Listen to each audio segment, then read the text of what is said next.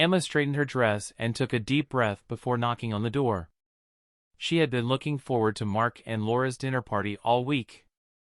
It was a rare chance to catch up with friends and enjoy a beautifully prepared meal. As the door opened, she was greeted by the warm smile of Laura, who welcomed her with a hug. "Emma! It's so good to see you," Laura said, stepping back to let her in. "Come on in. Everyone's in the living room." Emma handed Laura a bottle of wine. "Thank you for inviting me. I've been looking forward to this all week." Laura took the wine and smiled. "I'm so glad you could make it. Mark has been in the kitchen all day, so you're in for a treat." Emma walked into the living room, where she saw a small group of friends, including Sarah and John, who waved her over.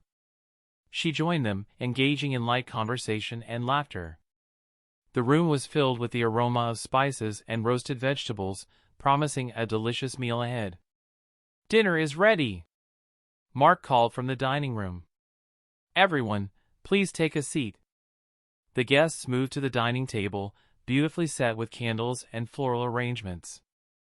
As they took their seats, Mark began describing the dishes he had prepared. "We have a roasted vegetable medley, a fresh garden salad, and my special seafood casserole, which is a family recipe," Mark announced proudly. Emma's smile faltered slightly at the mention of the seafood casserole. She had a severe shellfish allergy and knew she couldn't risk even a small bite. She decided to focus on the other dishes and enjoy the evening. The guests began serving themselves, passing plates and complimenting Mark's cooking. Emma took generous portions of the vegetable medley and salad, making sure to avoid the seafood casserole.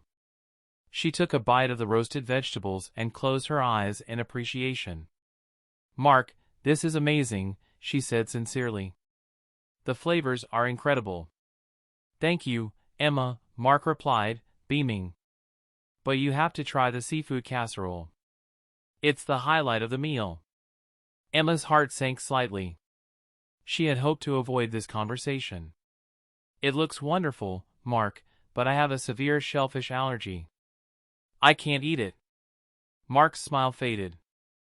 "Oh, come on, just a little bit won't hurt," he insisted. "I promise, it's worth it." "I'm really sorry, but I can't risk it," Emma said, trying to keep her tone light. "But everything else is fantastic." The mood at the table shifted slightly. Sarah and John exchanged uneasy glances, sensing the tension. Laura quickly jumped in, trying to steer the conversation to safer ground. "So, Emma, how's work been lately?" Laura asked. Emma appreciated the distraction and started talking about a new project she was excited about. The conversation flowed smoothly again, but she couldn't shake the feeling that Mark was still unhappy with her. As the meal progressed, Mark continued to push Emma to try the casserole, each time becoming more insistent. "Emma, you're really missing out. Just a tiny bite won't hurt." Emma maintained her composure, repeating her reasons for not eating the dish and continuing to praise everything else she had tried. The other guests grew quieter, the atmosphere becoming increasingly strained. After dessert was served, and the plates were cleared, Emma decided to speak to Mark privately. She followed him into the kitchen, where he was putting away leftovers. "Mark, can we talk for a moment?" she asked softly. Mark turned to her, his expression guarded. "Sure, what's up?" "I wanted to apologize again for not trying the seafood casserole," Emma began. "I have a severe shellfish allergy, and even a small amount could make me very sick. I hope you understand." Mark's expression softened slightly, but there was still a hint of frustration in his eyes. "I get it, Emma. It's just that I put a lot of effort into that dish, and I wanted everyone to enjoy it." "I completely understand, and I'm sorry if I disappointed you," Emma said earnestly. "But I really did love everything else. The vegetables and salad were amazing." Mark sighed, running a hand through his hair. "I know, it's just, I wanted everything to be perfect." "It was perfect, Mark," Emma insisted. "Your cooking is incredible, and I had a wonderful time." Mark nodded, but his smile didn't quite reach his eyes. "Thanks, Emma. I appreciate it. As Emma left the kitchen, she couldn't shake the feeling that Mark was still upset. She returned to the dining room, where the other guests were preparing to leave. Sarah and John came over, offering her sympathetic smiles. "You did the right thing," Sarah whispered. "Don't let it get to you." Emma nodded, feeling a mix of relief and sadness. She said her goodbyes and made her way home. As she drove home, she couldn't help but reflect on the underlying tension that had marred an otherwise lovely evening. She knew that true friends would understand and respect her boundaries, and she was grateful for the subtle support of friends like Sarah and John. Emma resolved to always prioritize her health and well-being, no matter the circumstances.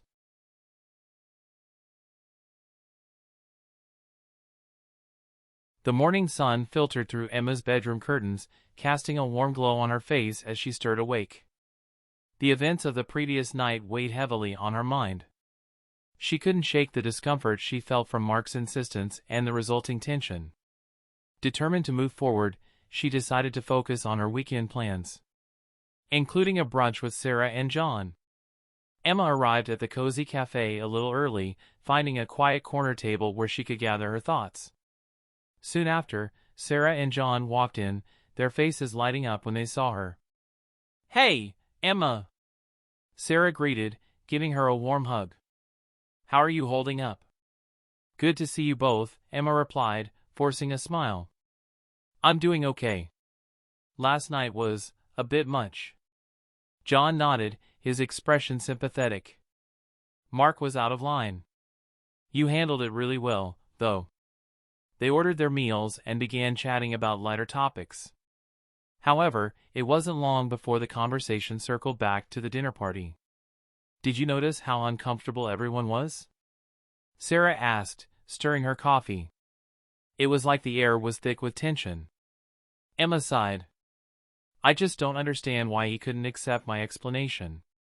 It's not like I was being difficult on purpose." John leaned forward. "There's something you should know, Emma. Mark has been under a lot of stress lately. Laura mentioned he's been struggling with some work issues and personal stuff. It doesn't excuse his behavior, but it might explain why he was so insistent." Emma frowned.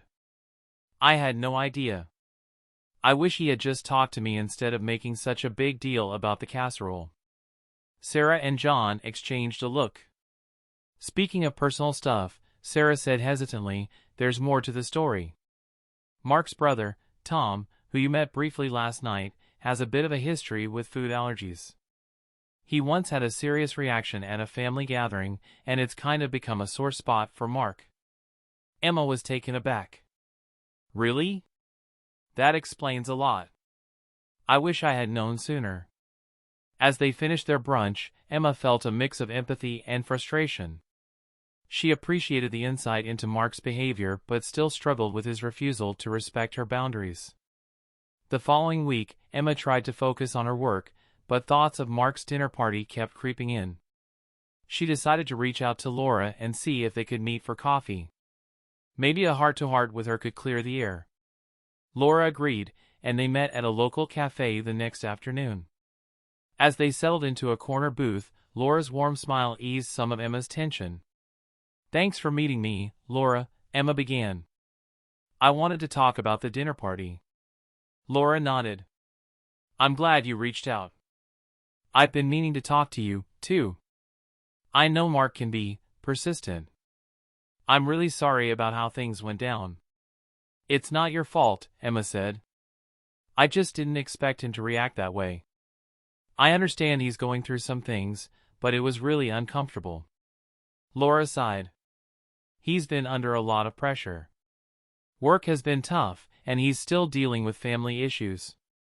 He didn't mean to make you feel bad." "I know," Emma replied, her voice softening. "I just wish he could see it from my perspective. I wasn't trying to offend him." Laura reached across the table and squeezed Emma's hand. "I'll talk to him. He needs to hear this. And for what it's worth, I thought you handled the situation with a lot of grace." Meanwhile, back at home, Mark sat in his study, staring at his laptop screen. He couldn't concentrate. His thoughts kept drifting back to the dinner party and his insistence that Emma try the seafood casserole. Laura had mentioned she was meeting Emma for coffee, and he felt a pang of guilt. He closed his laptop and walked into the living room where Tom was sitting, watching TV. "Hey, Tom, can we talk?" Tom muted the TV and looked up, surprised. "Sure, what's up?" "I've been thinking about the dinner party," Mark began, rubbing the back of his neck. "I feel like I messed up with Emma. I pushed her too hard about the casserole." Tom sighed. "Yeah, I noticed. Look, I get it. You've been stressed, but you need to understand where she's coming from. She wasn't just being difficult." "I know," Mark said, sinking into the couch. "I just wanted everything to be perfect, and I overreacted." Tom nodded. "You should talk to her, Mark. Explain what's been going on and apologize. She deserves that." Later that evening, Laura returned home and found Mark in the kitchen, preparing dinner. She could see the worry etched on his face. "How did it go with Emma?" Mark asked, looking up from the stove. "It went well," Laura said, setting her bag down. "She understands you're going through a lot, but she was really hurt by how you handled things." Mark sighed deeply. "I know. I've been thinking about it all day. I want to apologize to her." Laura smiled. "That's a good idea. She'll appreciate that." The next day, Mark called Emma and asked if they could meet. They agreed to meet at the same cafe where Emma had spoken with Laura. "Thank you for meeting me, Emma," Mark began, looking genuinely contrite. "I owe you an apology for how I acted at the dinner party. I was out of line." Emma nodded, appreciating his effort. "I understand you've been under a lot of stress. But it was really uncomfortable for me, Mark. I wasn't trying to be difficult. I just couldn't risk my health." "I know," Mark said, his voice earnest. "I let my own issues cloud my judgment.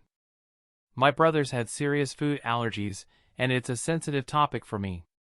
But that's no excuse for how I treated you." Emma felt a weight lift off her shoulders. "Thank you for explaining. I didn't know about your brother, but I still needed you to respect my boundaries." Mark nodded. "I get that now. I'm really sorry, Emma. I'll do better." As they parted ways, Emma felt a sense of resolution. While the tension from the dinner party had been unsettling, tea conversations with Laura and Mark had brought clarity and understanding. She appreciated the efforts of her friends to mend the rift and looked forward to rebuilding their friendship on a stronger foundation. Yet, as Emma walked away, she couldn't help but feel a lingering unease.